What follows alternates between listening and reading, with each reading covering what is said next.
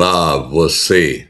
Paz e bem, saúde e sinergia. Aqui o professor Luiz Wagner de volta para darmos continuidade à nossa jornada. Hoje falaremos sobre o filtro da distorção. O filtro da distorção é um dos mecanismos mais importantes estudados pela PNL, pela psicologia cognitiva e pela neurociência.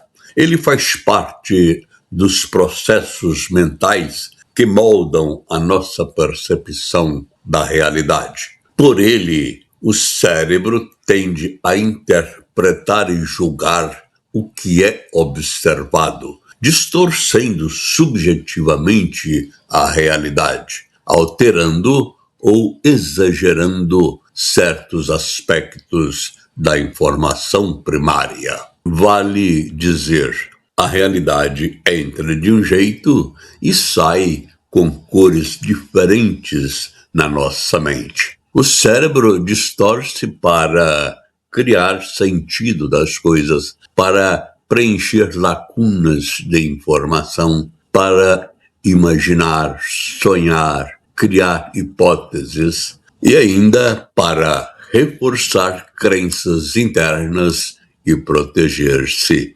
emocionalmente. Como funciona o filtro da distorção? Nosso cérebro recebe milhares de informações por segundo. Para lidar com essa sobrecarga, ele usa filtros mentais baseados em nossas experiências, em nossas crenças e em nossas emoções. Vale dizer, baseados em nosso mapa de mundo. A distorção acontece quando modificamos ou interpretamos algo de forma diferente do que realmente é. Dou alguns exemplos de distorções úteis ou empoderadoras. Um engenheiro imagina um prédio a ser construído antes de elaborar o projeto. O prédio construído será o território. O prédio previamente imaginado, uma distorção empoderadora do prédio que virá a ser construído depois. Mais um exemplo. Um artista imagina e vê um quadro pronto na mente antes de começar a pintar. Essa imagem mentalmente desenhada é uma distorção do quadro depois de pronto. Um orador imagina o seu sucesso antes de proferir o seu discurso. Constrói uma imagem distorcida da realidade que virá com o pós-elocução do discurso. Mais um exemplo. Você tem uma amiga com cabelos loiros naturais. Essa é a imagem que está registrada em sua memória. Se sua amiga resolve pintar o cabelo com cores diferentes, seu cérebro distorce a imagem já existente no seu mapa de mundo a fim de que você possa reconhecer sua amiga. Se não houvesse essa distorção, você não a reconheceria mais. Esse filtro, porém, é uma faca de dois gumes. É a fonte de toda criatividade e arte, mas também de grandes sofrimentos. As distorções, como mencionei antes, podem ser úteis e empoderadoras ou podem ser limitantes. Vejamos então alguns exemplos de distorções empoderadoras. Você ouve um elogio simples como bom trabalho e sua mente já projeta que você está prestes a ser promovido. Outro exemplo, um grande orador mentaliza a plateia de pé aplaudindo antes mesmo de dar o primeiro passo em direção ao palco. Mas as distorções também podem ser limitantes. Vejamos como. Você envia uma mensagem para uma pessoa e não obtém resposta. Diante do silêncio, você conclui: ela não respondeu a minha mensagem, então deve estar com raiva de mim. Você preencheu uma suposição. É uma distorção limitante, porque a razão pela qual não houve uma resposta pode ser outro impedimento qualquer. Outro exemplo, você diz: estão todos me olhando estranho, com certeza estão me julgando. Isso é uma interpretação distorcida do ambiente onde você está, onde você faz uso da palavra. Vejamos mais alguns exemplos de distorções.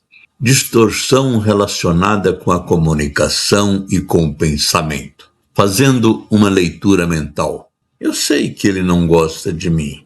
A pessoa acredita que sabe o que o outro pensa ou o que o outro sente, sem qualquer evidência. Ou então fazendo uma catastrofização. Se eu errar essa apresentação, minha carreira acabou. Você cria um julgamento futuro, não baseado em um fato. Aqui, a pessoa cria uma suposição hipotética sobre algo que poderia acontecer e acaba exagerando as consequências de um evento. Generalização extrema. Nada nunca dá certo para mim. Uma experiência negativa, uma experiência ruim que foi vivida, vira uma regra para toda a vida. Todo mundo elogia meu trabalho, mas um colega fez uma crítica. Eu sou mesmo um fracasso. Observe que a pessoa foca apenas no aspecto negativo e ignora todas as referências positivas, rótulos e identidade. A pessoa diz assim: eu sou péssimo em matemática. Ora, em vez de ver a matemática como uma dificuldade temporária, ela transforma a matemática em parte da sua própria identidade. Percebemos então que a distorção, a exemplo dos demais filtros, podem ser limitantes ou empoderadoras. Como evitar as distorções limitantes? Primeiro, questionando suas interpretações. E você faz isso perguntando: o que me faz acreditar nisso? Existem outras explicações? Ou então buscando evidências, fazendo a pergunta: há fatos concretos que evidenciem isso? Ou é só a minha percepção? Ou ainda reformulando o pensamento. Em vez de pensar: nada dá certo para mim, tente pensar: isso não deu certo, mas posso tentar de outra forma.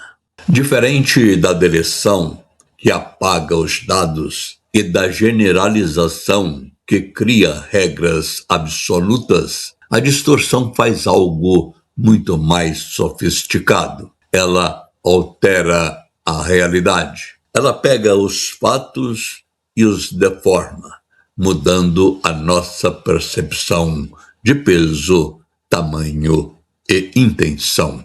Dou exemplo. Uma pessoa com deficiência na visão, por orientação médica, passa a usar óculos de grau. Pergunto a você: os óculos melhoram a visão dessa pessoa? A resposta é não. Os óculos simplesmente distorcem a realidade para adequá-la à sua necessidade de ver a realidade tal qual ela é. E assim como os outros filtros, a distorção tem um valor biológico e evolutivo extraordinário. A distorção é a mãe da nossa imaginação, da nossa criatividade, da nossa capacidade de planejar o futuro e de fazer arte. É distorcendo a realidade presente que um arquiteto enxerga um prédio onde só existe um terreno baldio. A capacidade de prever cenários e antecipar problemas nasce dessa nossa habilidade de fantasiar a realidade. O grande perigo surge quando nós começamos a usar a distorção para construir monstros. É quando o palestrante olha para alguém bocejando na plateia, um mero sinal biológico de cansaço daquela pessoa, e distorce o fato, interpretando imediatamente como: minha fala está um fiasco completo e todos estão entediados. É quando transformamos o silêncio temporário de uma audiência em rejeição, ou uma pergunta capciosa em um ataque pessoal ao nosso ethos. Nós não sofremos pelos fatos em si, mas pelas distorções que criamos a partir deles. Passamos a reagir não ao mundo real, mas ao fantasma que a nossa mente desenhou. Por isso, o meu convite para você, ao sair desta aula de hoje, é o de trazer a mente de volta à calibragem dos fatos. Quando uma interpretação começar a acelerar o seu coração e disparar o cortisol da ansiedade, pare e separe o que é o fato real daquilo que é a sua ficção. Não permita que o dom que você tem de imaginar e criar o futuro seja a mesma armadilha que distorce e sabota a segurança da sua própria voz no presente. Olhe o cenário com nitidez, domine o seu mapa mental e assuma com precisão o controle da mensagem. Com estas considerações, nós concluímos os estudos sobre os filtros neurológicos e aproveitamos este momento para recordar alguns conceitos e pressuposições sempre úteis na oratória e no trato das distorções. Assim, tenha sempre em mente que, ainda que as pessoas prestem atenção no que você fala, elas não processam a mensagem da mesma forma como você gostaria. Reagimos a palestras ou discursos não de acordo com o que eles contêm, mas de acordo com o que somos. As pessoas gostam de ouvir o que interessa a elas. Por isso, prestam atenção às mensagens que tocam seus valores e suas crenças. Fique atento aos feedbacks.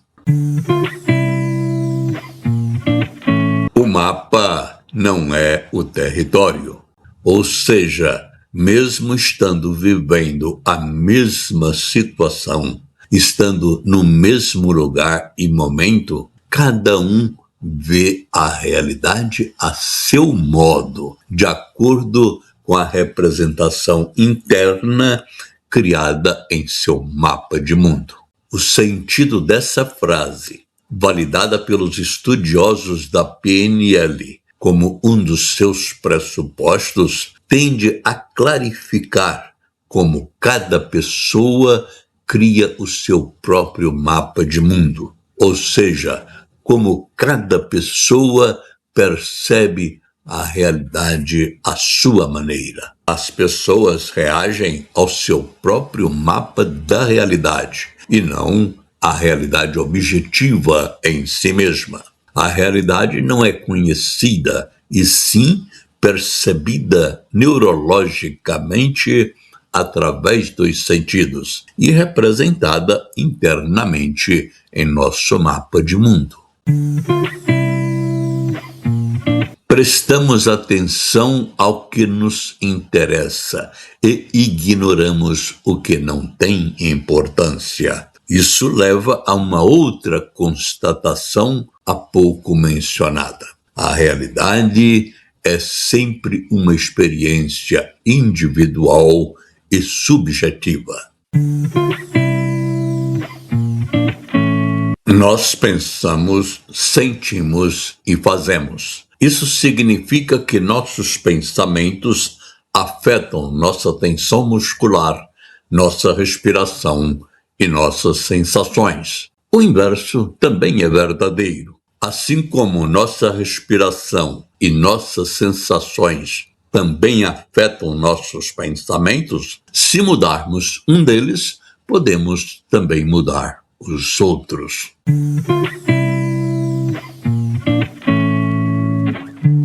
Mente e corpo são partes de um mesmo sistema. Nenhuma das partes pode ser isolada da outra. Assim como nossa respiração, nossas sensações também afetam nossos pensamentos. Logo, se mudamos um deles, podemos mudar os outros.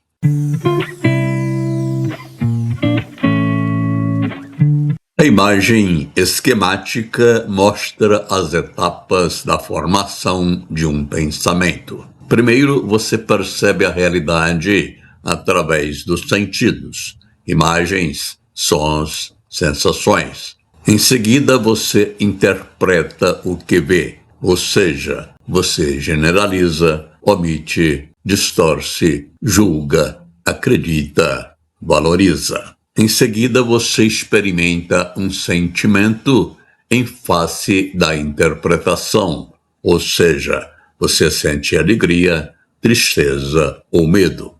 E, por conseguinte, você reage com um comportamento diante daquilo que sentiu. Por exemplo, você é convidado para falar em público, ou seja, percebe a realidade de alguém fazendo um convite para que você faça uso da palavra. Em seguida, você interpreta o convite levando em conta as crenças que condicionam seus comportamentos. Por exemplo, falar em público é perigoso. Não consigo falar em público. Com esta interpretação, você dispara o sentimento de medo que sempre alimenta a recusa em falar em público. E, por consequência, você reage dizendo não a uma oportunidade que poderia significar um sucesso em sua vida.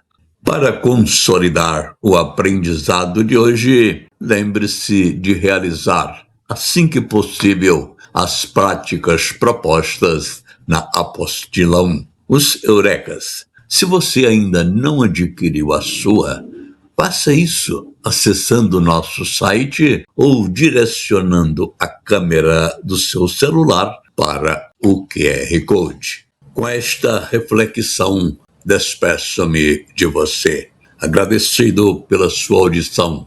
Grande abraço e até o nosso próximo encontro.